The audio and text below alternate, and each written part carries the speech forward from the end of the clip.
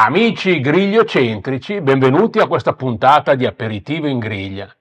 Come dico sempre, le bistecche non sono bulloni, a parità di età, di sesso, di razza, che ogni tanto te ne capiti una più tignosa delle altre è tutt'altro che improbabile, specie su fasce di prezzo non stratosferiche.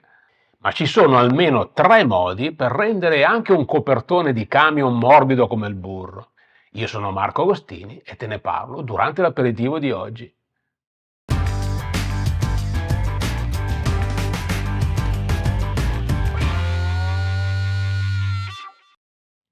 Stante che ci sono razze più o meno predisposte e criteri di allevamento e di alimentazione più inclini alla produzione di bovini da carne, è indiscutibile che la sensazione di tenerezza su una bistecca dipenda moltissimo dal taglio di partenza. I tagli bovini da bistecca possono essere molti, come ti spiego in questo articolo sul mio blog Grill Experience, ma di base la regola è che i muscoli tendono a essere più tignosi all'aumentare del loro utilizzo durante la vita dell'animale. Non per nulla, il taglio da bistecca più celebrato in assoluto è il filetto, un muscolo esclusivamente posturale, mentre al contrario una flank steak, ad esempio, viene considerato universalmente un taglio povero, proprio perché è mediamente più tignoso. Ora, il punto è che è risaputo che i tagli da bistecca per antonomasia provengano dal lombo, ma alcuni di questi, come controfiletto o alcune porzioni di ribeye, si posizionano soltanto a metà di questa particolare classifica di morbidezza e quindi, contrariamente a quello che tutti pensano, sono particolarmente a rischio di quello che potremmo chiamare effetto copertone. Dipende molto da quello che ti capita. Ora, per essere chiari, una flank steak non diventerà mai un filetto, per quanto impegno noi ci possiamo mettere. Questo non toglie che esistono dei modi per poter migliorare in maniera considerevole la situazione, specie su questi tagli intermedi. In particolare te ne voglio spiegare tre, evitando di ricorrere a metodi di intenerimento meccanico come il batticarne o l'inteneritore ad aghi, che non fanno nient'altro che rompere le fibre, trasformando la tua bistecca in un budino di carne. Il primo è il reverse searing. Eh sì, lo so che ti hanno raccontato che il reverse searing serve per avere la bistecca in un minuto in padella, senza bruciature e dalla cottura omogenea da bordo a bordo. In realtà, però, chiunque abbia anche solo delle competenze tecniche di base in griglia riesce a ottenere facilmente risultati molto simili e senza impazzire con ore di forno o rispetto di curve di temperatura. Quello che non ti hanno detto è che prima dell'avvento dell'era della cucina instagrammabile, il reverse searing nasceva essenzialmente come metodo di intenerimento della carne. Christopher Finney, il suo inventore, decise di provare ad invertire il processo utilizzato dalle steakhouse fino a quel momento per ottimizzare i propri tempi di servizio e che prevedeva una sosta in forno a temperatura controllata della bistecca dopo la fase di grilling, in attesa dei frequenti ordini dei clienti. Finney decise di preriscaldare prima la bistecca in forno e di grigliarla, a quel punto in tempi brevissimi, soltanto all'arrivo dell'ordine. Da qui il nome reverse searing, ossia la cauterizzazione invertita. E quando lo fece rimase sbalordito proprio dal ritrovare la medesima carne mediamente molto più tenera, come conseguenza di quella che poi ha scoperto essere l'azione delle catepsine, delle palpaine e degli altri enzimi coinvolti e risvegliati dal rispetto di quella temperatura di preriscaldamento, e non certamente dal risultato di cottura che otteneva molto simile anche con il metodo precedente. Il primo facile metodo per intenerire le bistecche è quindi il reverse searing. Lascia stare la temperatura del forno spaccata al 10° di grado, ti basta restare al di sotto della temperatura di servizio che desideri per la tua bistecca.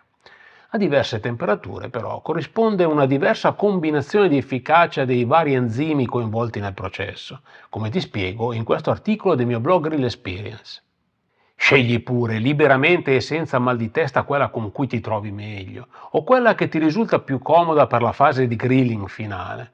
Se poi vuoi un suggerimento, lascia stare anche la ricerca ossessiva di una temperatura al cuore minima della bistecca e di tutti questi metodi un po' for dummies, concedimelo, per cercare di evitare di dover gestire una temperatura in griglia nella sua complessità. Impara a farlo bene e ti sarà sempre utile, anche per altre cotture.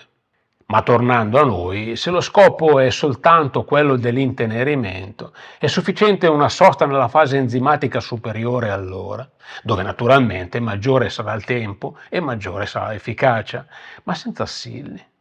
E se ti limiti a qualche ora, rientrerai nella fase iniziale di latenza della curva di proliferazione batterica, se è questo il tuo problema, come ti spiego in questo articolo del mio blog Real Experience. Il secondo facile metodo per intenerire una bistecca è il dry brining. E qui siamo di fronte ad un luogo comune ancora più antico e radicato rispetto alla presunta cottura perfetta del reverse searing. Chi infatti non ha mai sentito dire che aggiungere sale ad una bistecca prima della cottura la faccia diventare dura e asciutta? Per sfatare questo mito basterebbe citare anche solo l'utilizzo del rub, usato quotidianamente da quasi ogni griller del mondo. Ma io qui ci voglio aggiungere che se opportunamente utilizzato, il sale su una bistecca, al contrario contribuisce addirittura a migliorarne succosità e tenerezza. Ti spiego come funziona, è semplice. Il sale, come sai, è igroscopico e tende effettivamente, se applicato su una bistecca, ad attirarne l'acqua dall'interno. Se hai mai visto cosa succede al sale bagnato, però, sai benissimo che questo tende anche a rompere i legami della sua struttura cristallina. In particolare separandone gli ioni di cloruro da quelli di sodio, che saranno a questo punto più liberi di penetrare nella superficie, insaporendola e denaturandone le proteine, che risulteranno quindi più tenere e più propense a trattenere i liquidi durante la cottura. Il risultato? Una bistecca che paradossalmente risulterà più morbida e succosa. Anche qui naturalmente c'è bistecca e bistecca, non si può generalizzare e dovrai per i tempi procedere un po' ad occhio. Inizialmente vedrai il sale nella sua struttura cristallina, poi inumidirsi all'affiorare dell'acqua, sparire ed infine vedrai la bistecca asciugarsi superficialmente, compattarsi e diventare più scura. A quel punto saprai che il dry brining sta facendo il suo sporco lavoro. Per darti un'indicazione comunque, stiamo parlando di un tempo tra le 12 e le 24 ore. Se sei un appassionato di cucina, diciamo 2.0, è probabile tu abbia già sentito parlare degli enzimi proteolitici o proteasi, e in particolare di marinate proteolitiche, ovvero che contengono ingredienti ad alto contenuto di enzimi proteolitici, appunto. E proprio gli enzimi proteolitici sono il terzo facile sistema per rendere la tua bistecca più tenera. La loro azione è quella di catalizzare l'idrolisi dei legami peptidici che tengono uniti gli amminoacidi delle proteine. In pratica utilizzano una molecola d'acqua per rompere le catene delle proteine in frammenti più piccoli, più digeribili e naturalmente meno resistenti alla masticazione. Le proteasi si sviluppano spontaneamente nella carne durante il processo di frullatura e questo è uno dei motivi per i quali la carne frullata è più tenera. Ma si può anche forzare questo concetto esponendo la carne al contatto con ingredienti che le contengono. Ne sono molto ricchi ad esempio alcuni frutti, come la bromelina nell'ananas o la papaina nella papaya o l'actinidina nel kiwi, ma anche malto d'orzo, l'egibirra o le bacche di goi o lo zenzero, ma banalmente anche latte e miele, anche se in misura inferiore. So che l'idea ti fa storcere un po' il naso, ma non si tratta di trasformare la tua bistecca in una macedonia, credimi. Su questo articolo del mio blog Real Experience troverai diverse ricette di marinate molto amate anche dai grillers più tradizionalisti e l'aggiunta di un goccio di succo d'ananas, ad esempio, risulterà il gusto quasi impercettibile, fidati. Ma se proprio ti atterrisce l'idea, ti segnalo che ingredienti come la bromelina o la papaina sono disponibili anche in versioni in polvere reperibili in qualunque erboristeria, risultando ugualmente efficaci ma per nulla invasive sotto il profilo del gusto. Puoi decidere di attuare solo una di queste strategie oppure anche di combinarle tra loro quando sospetti di avere di fronte una materia prima particolarmente complicata. Qualunque sia la tua scelta, da qui in poi non ci saranno più bistecche dure sulla tua griglia. Siamo d'accordo?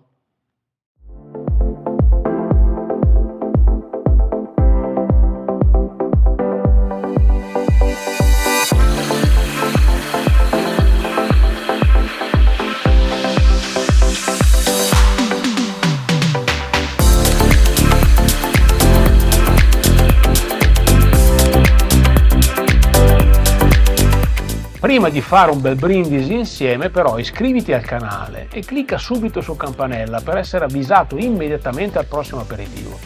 Se poi il video ti è piaciuto mettimi un like e scrivimi nei commenti su quale tema vorresti che ti aiutassi bevendo il prossimo drink. Ah, e se te lo stessi chiedendo, il cocktail di oggi è un vaniglia old fashion che io trovo semplicemente fantastico con una buona bistecca.